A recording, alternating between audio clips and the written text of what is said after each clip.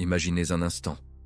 Dans la routine banale d'une journée comme les autres, où les gestes se répètent sans éclat et les heures s'écoulent comme un fleuve tranquille, un simple mot prononcé du bout des lèvres, un regard bienveillant échangé en passant, ou une prière murmurée dans le secret du cœur, déclenche une intervention divine invisible, tissant les fils d'un destin transformé.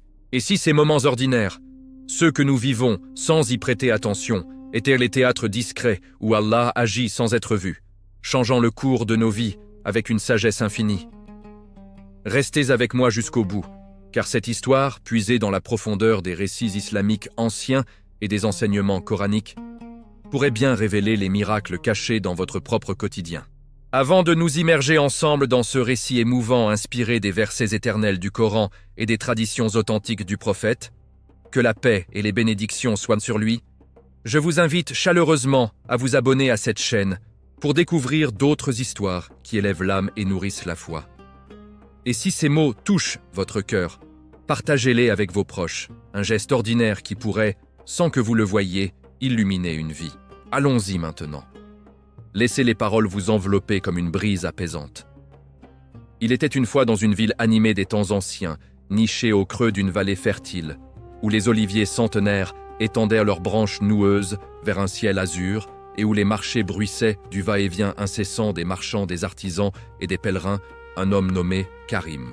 Cette ville, avec ses ruelles étroites, pavées de pierres usées par les pas des générations, ses fontaines murmurantes qui offraient une eau fraîche aux voyageurs assoiffés, et ses minarets élancés qui appelaient les fidèles à la prière 5 fois par jour, étaient un havre de foi et de commerce. Karim était un tailleur modeste, travaillant dans une petite échoppe nichée au cœur du souk principal, entouré d'étals débordants d'épices parfumées comme la cannelle et le safran, de tissus chatoyants aux couleurs vives importés des contrées lointaines, et de fruits mûrs, figues juteuses, dattes sucrées, grenades éclatantes, qui exhalaient des arômes sucrés et enivrants, attirant les abeilles et les acheteurs alike. Ces journées se ressemblaient toutes rythmées par le chant du muezzin et le bourdonnement de la vie urbaine. Il se levait à l'aube, quand les premières lueurs rosées caressaient les toits de tuiles pour accomplir la prière du Fajr dans la quiétude de sa maison simple aux murs blanchis à la chaux et aux fenêtres grillagées qui laissaient filtrer la lumière tamisée.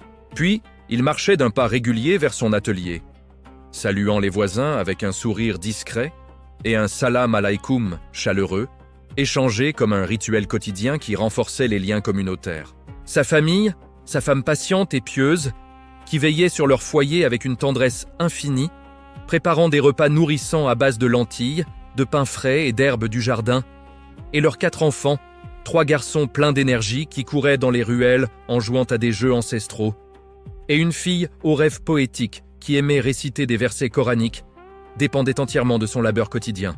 Karim cousait des vêtements pour les habitants du quartier, réparant les ourlets usés par le temps et les travaux, taillant des tuniques amples et des voiles élégants, avec une précision héritée de son père et de son grand-père, des maîtres artisans dont les histoires se transmettaient de génération en génération. Mais les affaires étaient lentes ces derniers temps, les clients rares à cause d'une sécheresse qui avait appauvri les fermiers environnants et une ancienne dette, née d'une maladie grave qui avait frappé son plus jeune fils des années auparavant, nécessitant des remèdes coûteux venus de loin, pesait sur lui comme un nuage invisible, obscurcissant parfois ses pensées et lui rappelant la fragilité de la vie terrestre. Karim n'était pas de ceux qui cherchèrent la gloire ou les honneurs terrestres, ni les richesses accumulées dans des coffres dorés. Son cœur était ancré profondément dans la foi islamique, se rappelant constamment les paroles sages de la sourate Al-Baqarah, où Allah, le Tout-Puissant, enseigne que la vie d'ici-bas n'est qu'un amusement passager et un jeu illusoire, et que la vraie demeure éternelle est auprès de lui pour ceux qui le craignent avec révérence et agissent avec bienveillance envers leurs semblables. Chaque midi, après la prière du Dour accomplie en congrégation à la mosquée du quartier, où les fidèles se prosternaient en unisson sur des tapis tissés à la main, il prenait un moment précieux pour méditer sur ces versets divins, assis sur son tapis usé par les années, dans un coin tranquille de son atelier, les yeux clos pour mieux se concentrer, laissant les mots sacrés imprégner son âme comme une eau pure et revigorante qui lave les soucis accumulés et purifie les intentions. Ô Allah, toi qui vois l'invisible et entends le murmure des cœurs les plus secrets, guide-moi dans mes actes ordinaires du quotidien, et fais que ta miséricorde infinie descende sur moi et ma famille, sans que je la voie venir, par ta grâce seule. » Priait-il intérieurement, avec une humilité profonde qui touchait le ciel et ouvrait les portes de la baraka. Ces instants de recueillement, si ordinaires en apparence et intégrés à la trame de sa routine, étaient pour lui des ponts spirituels vers le divin, des moments intimes où il se sentait enveloppé par la présence bienveillante d'Allah, même au milieu du tumulte bruyant du marché, des cris des vendeurs et des négociations animées.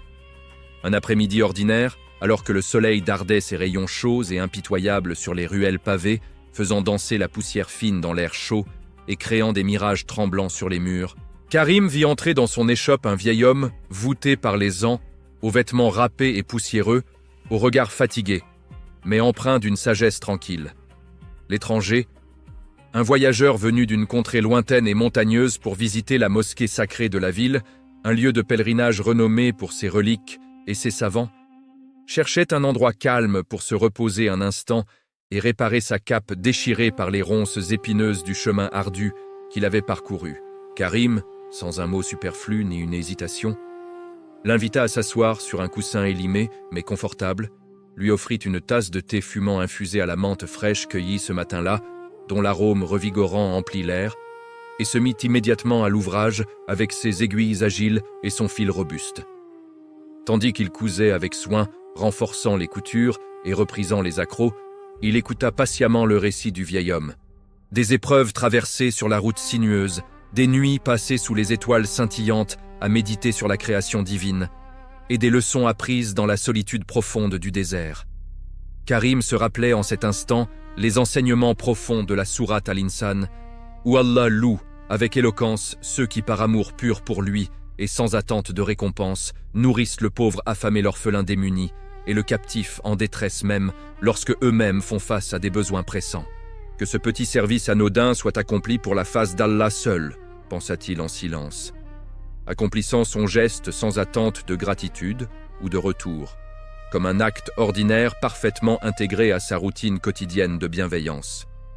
Le vieil homme, rafraîchi par le thé et touché par l'hospitalité, partit en bénissant Karim d'une voix tremblante. « Que le miséricordieux, celui qui récompense les actions cachées, te protège et agisse en ta faveur, sans que tu le saches, mon fils. » La journée se poursuivit comme à l'accoutumée, sans événements marquants en surface. Karim rentra chez lui au crépuscule orangé, après la prière de la sœur, où il avait rejoint les fidèles pour s'incliner en unité, embrassa ses enfants qui jouaient joyeusement dans la cour ombragée par un figuier ancien, et partagea un repas frugal mais béni de pain chaud, d'olives noires marinées et de dattes sucrées avec sa famille, autour d'une table basse, où les conversations tournaient autour des petites joies de la vie. La dette pesait toujours sur son esprit, et les soucis financiers murmuraient à son oreille comme un vent persistant et froid. Mais une sérénité intérieure inexplicable l'habitait, fruit de sa confiance absolue en Allah et de sa tawakkul sincère. Il se souvenait avec émotion de la sourate Ad-Duha, cette sourate consolante révélée pour apaiser le prophète. Que la paix et les bénédictions soient sur lui, dans ces moments de doute et de tristesse, affirmant avec tendresse que le Seigneur n'abandonne jamais ses serviteurs et que le soulagement suit inévitablement la difficulté comme le jour suit la nuit. Par le matin quand il éclaire le monde de sa lumière bienfaisante, et par la nuit quand elle s'assombrit et enveloppe tout de son voile serein, récitait-il doucement à ses enfants avant qu'ils ne s'endorment sur leur matelas douillet, instillant en eux les graines de la foi comme une semence qui germe en silence dans la terre fertile du cœur. Les jours suivants coulèrent dans la même veine ordinaire et prévisible, comme les eaux calmes d'un ruisseau. Les clients affluaient sporadiquement à l'échoppe, commandant une réparation par-ci une nouvelle tunique. Par là, les rires cristallins des enfants emplissaient la maison de joie pure, et les prières collectives ponctuaient le temps comme des repères immuables et sacrés qui structuraient l'existence. Pourtant, sans que Karim le sache ou le soupçonne, Allah tissait son plan divin dans l'invisible, avec une sagesse qui dépasse l'entendement humain. Le vieil homme qui l'avait aidé avec tant de simplicité n'était autre qu'un savant respecté et influent un cheikh, connu pour sa sagesse profonde et ses connexions étendues avec les notables et les érudits de la ville et des régions avoisinantes.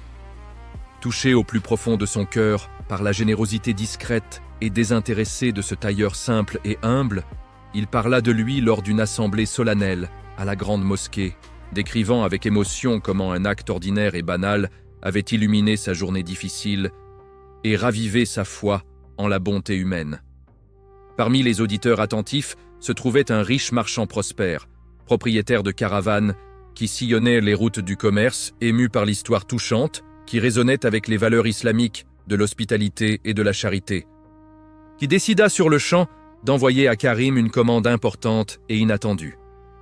Des vêtements sur mesure pour toute sa caravane entière, accompagnés d'une avance généreuse en pièces d'or, qui effaça la dette accablante en un clin d'œil, libérant l'âme de Karim d'un poids écrasant. Mais ce n'était que le début d'une chaîne de bénédictions, le marchand voyant en Karim un homme de confiance inébranlable et de piété exemplaire, l'invita à devenir son fournisseur attitré et exclusif, transformant ainsi son échoppe modeste en un atelier prospère et florissant où les apprentis viendraient de bientôt apprendre le métier, sous sa guidance bienveillante. Karim, apprenant la nouvelle un matin ordinaire, alors qu'il préparait son thé matinal dans la cuisine, embaumé par l'odeur du pain frais, tomba immédiatement en prosternation sur le sol frais, les larmes coulant abondamment sur son visage buriné par le temps et les épreuves passées. Il loua Allah avec ferveur pour cette intervention invisible et miraculeuse, se rappelant les paroles éclairantes de la sourate Al-Kahf, où les miracles se manifestent souvent sans éclat ostentatoire pour tester la gratitude sincère des cœurs et renforcer la foi des croyants. Sa famille, réunie autour de lui dans un cercle d'émotions intenses et de joie débordante, vit en cet événement inattendu un signe clair et irréfutable de la miséricorde divine, et le quartier entier, apprenant la nouvelle, qui se propagea comme une brise bienvenue, murmura des invocations de louanges et de remerciements reconnaissants que Allah agit dans les moments les plus banals et ordinaires de la vie, tissant des destinées avec une précision infinie. Les années s'écoulèrent ensuite avec grâce, comme les saisons qui se succèdent en harmonie.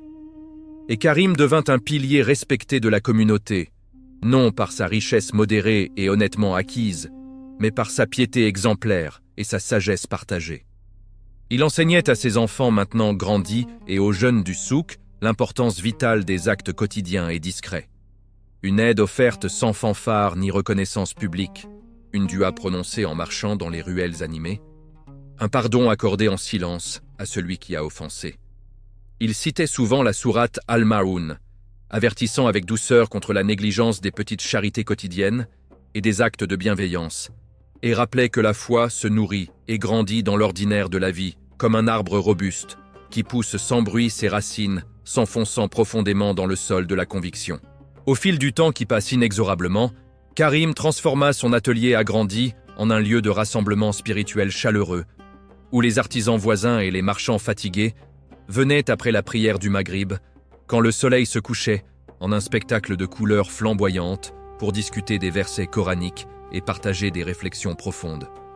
Il partageait avec eux des hadiths authentiques et vérifiés du prophète, que la paix et les bénédictions soient sur lui, comme celui affirmant que les meilleures actions devant Allah sont les plus constantes et régulières, même si elles semblent petites et insignifiantes, soulignant ainsi que le Tout-Puissant valorise la persévérance et la constance dans l'ordinaire de la dévotion.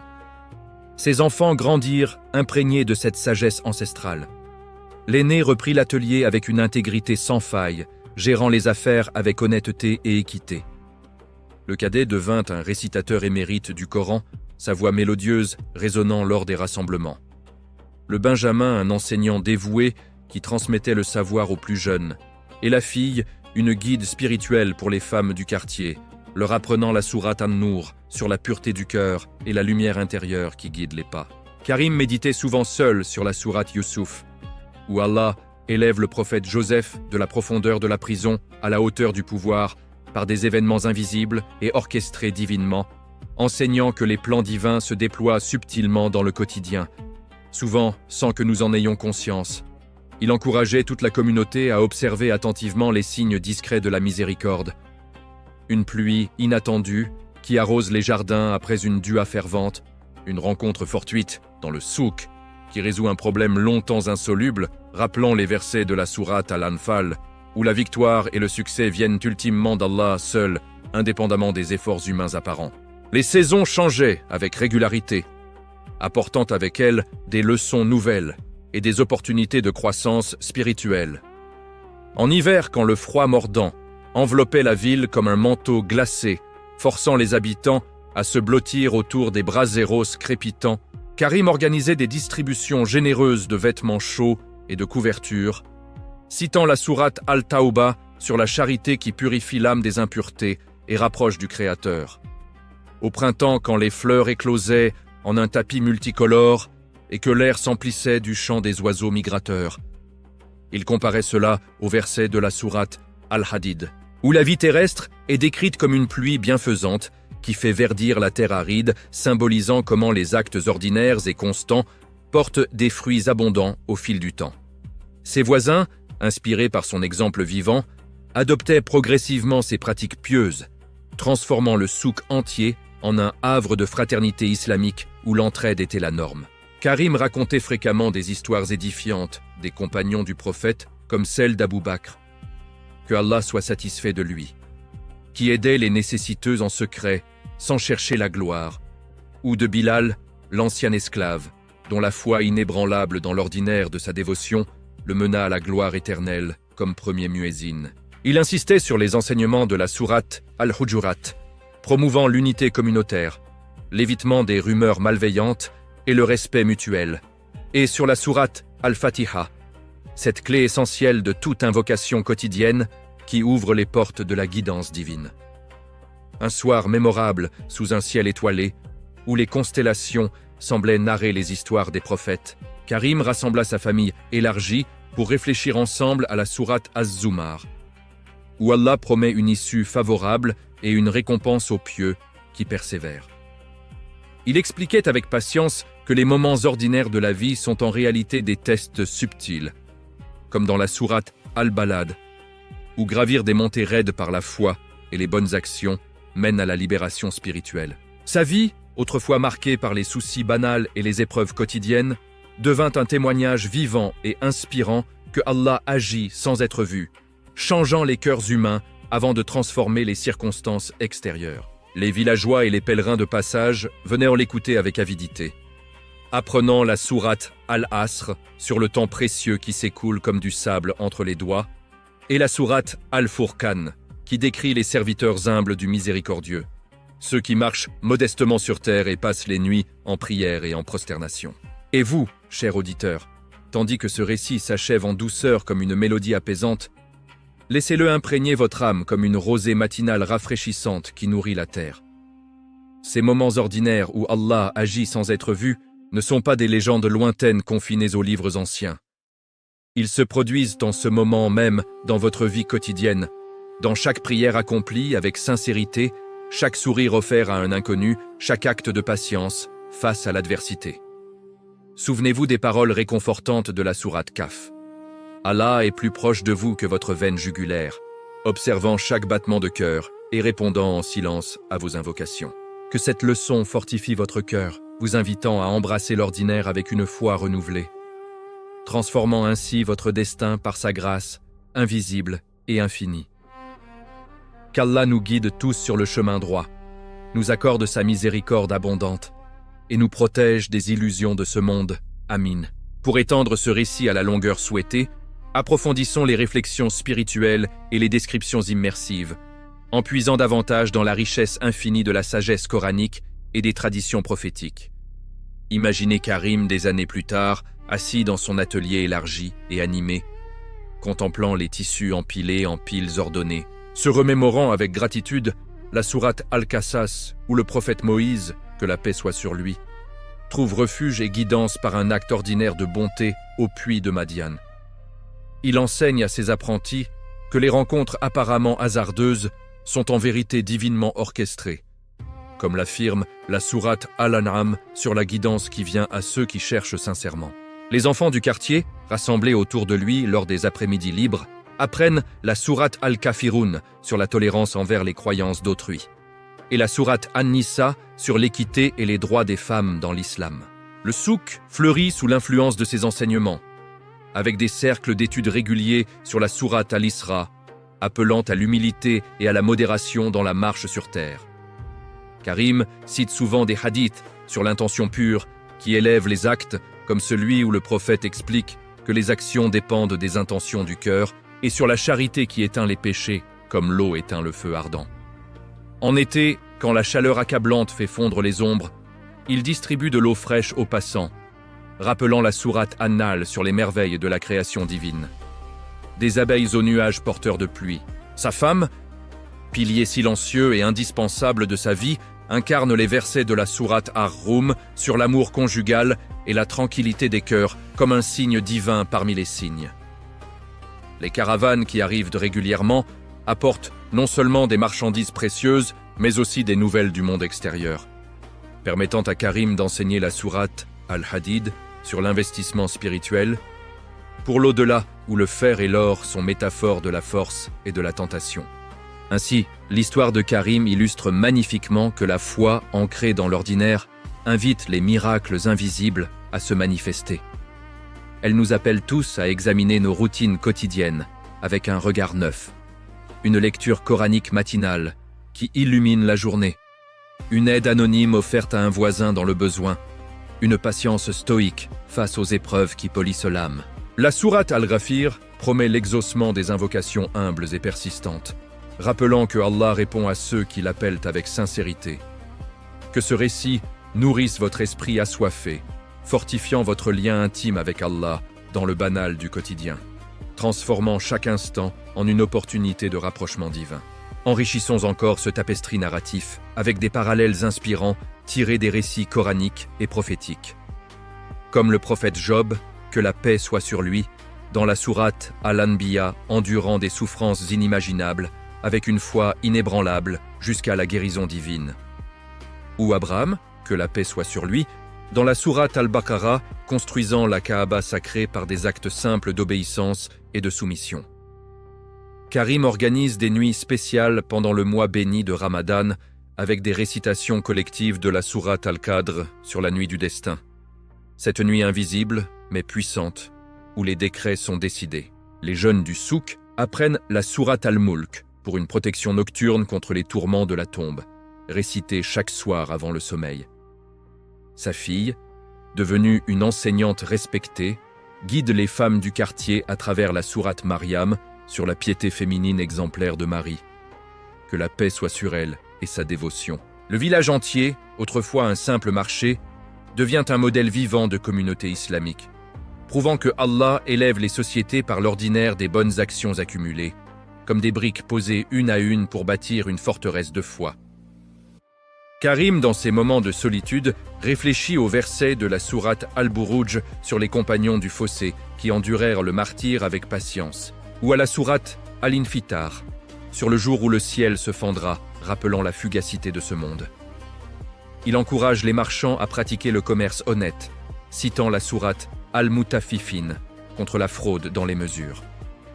Lors des fêtes d'Aïd, il rassemble la communauté pour des prières collectives, enseignant la sourate Al-Kawthar sur l'abondance divine accordée aux prophètes. Ces petits-enfants, nés dans cette atmosphère pieuse, grandissent en apprenant la sourate Al-Ikhlas sur l'unicité d'Allah, base de toute croyance. Les voyageurs qui passent partagent des histoires similaires, renforçant la conviction que les miracles discrets sont universels. Au crépuscule de sa vie, Karim contemple le souk transformé, où la mosquée centrale a été agrandie grâce à des dons collectifs, et où les appels à la prière résonnent comme des rappels constants de la présence divine. Il raconte l'histoire de sa transformation à quiconque écoute, citant la sourate Al-Zalzala, sur le jour où la terre révélera ses charges, encourageant à accumuler des bonnes œuvres. Sa legacy perdure à travers ses descendants, qui continuent d'enseigner que l'ordinaire est le champ où Allah sème ses bénédictions. En conclusion, embrassez ces moments ordinaires avec gratitude, car c'est là précisément qu'Allah agit sans être vu, sculptant des destinées éternelles.